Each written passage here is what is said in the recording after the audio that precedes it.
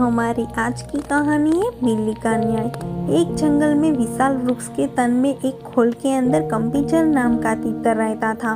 एक दिन वह तीतर अपने साथियों के साथ बहुत दूर के खेत में धान की नई कोपले खाने चला गया। बहुत रात बीतने के बाद उस वृक्ष के खाली पड़े खोल में सिद्रगो नाम का खरगोश घुस आया और वहीं रहने लगा। कुछ दिन बाद कंपीचर तीतर अचानक ही आ गया। धान की नई कोपले खाने के बाद वह खूब मोटा ताजा हो गया था। अपनी खोल में आने पर उसने देखा कि वहाँ एक खरगोश बैठा है। उसने खरगोश को अपनी जगह खाली करने को कहा। खरगोश भी तीखे स्वभाव का था। बोला, यह घर अब तेरा नहीं है। पापी, कूप, तालाब और वृक्ष के घरों का यही नियम है कि जो भी उनमें से बसेरा कर ले उसका ही वह घर हो जाता है। घर का स्वामित्व केवल मनुष्य के लिए होता है, पक्षी के लिए तो गृहवासित्व का कोई विधान नहीं है। झगड़ा बढ़ता गया।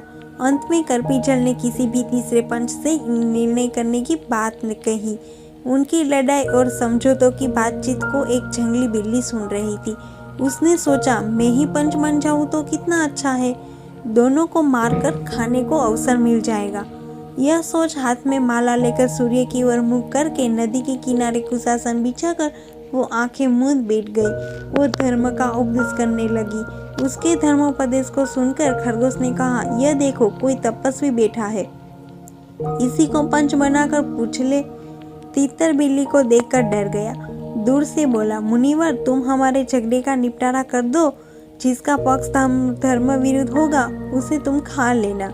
यह सुन बिल्ली ने आंख खोली और कहा, राम राम, ऐसा ना कहो। मैंने हिस्से का नारा किए मार्ग छोड़ दिया है, अतः मैं धर्म विरोधी पक्ष की भी हिंसा नहीं करूंगी। हाँ, तुम्हारा निर्णय करना मुझे स्वीकार है, किंतु मैं वृद्ध हूँ, दूर से तुम्हारी बात नहीं सुन सकती। पास आकर अपनी बात कहो। बिल्ली की बात पर दोनों को विश्वास हो गया। दोनों ने उसे पंच मान लिया और उसके पास आ गए।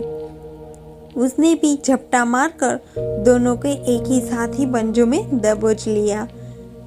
हेलो मित्रों, उम्मीद करती हूँ कि आपको मेरी कहानी पसंद आई होगी। ऐसे ही मज़ेदार कहानी सुनने के लिए हिंदी कहानी दिशा वॉइस को लाइक करें, शेयर करें और सब्सक्राइब करना ना भूलें।